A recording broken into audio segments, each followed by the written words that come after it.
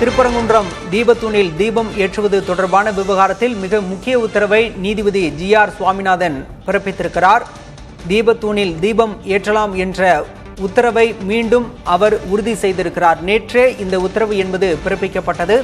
மத்திய தொழிலக பாதுகாப்பு படை வீரர்களுடன் மனுதாரர் தீபம் ஏற்ற சென்ற நிலையில் அங்கு அவருக்கு அனுமதி மறுக்கப்பட்டது. இதனால் அங்கு பதற்றமான சூழல் ஏற்பட்ட நிலையில் மாவட்ட ஆட்சியர் உத்தரவின் அடிப்படையில் 144 தடை உத்தரவு பிறப்பிக்கப்பட்டது. அதனைத் தொடர்ந்து அங்கு இருந்தவர்கள் அகற்றப்பட்டனர்.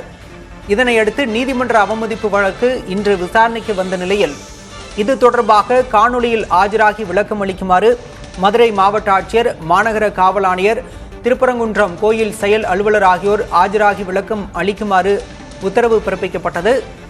அதனைத் தொடர்ந்து மாநகர காவல் ஆணையர் காணொலியில் ஆஜரான நிலையில் தற்போது நீதிபதி மீண்டும் ஒரு உத்தரவை பிறப்பித்திருக்கிறார். இன்றே தீபத்தூணில் தீபம் ஏற்ற வேண்டும் என்ற உத்தரவை அவர் பிறப்பித்திருக்கிறார்.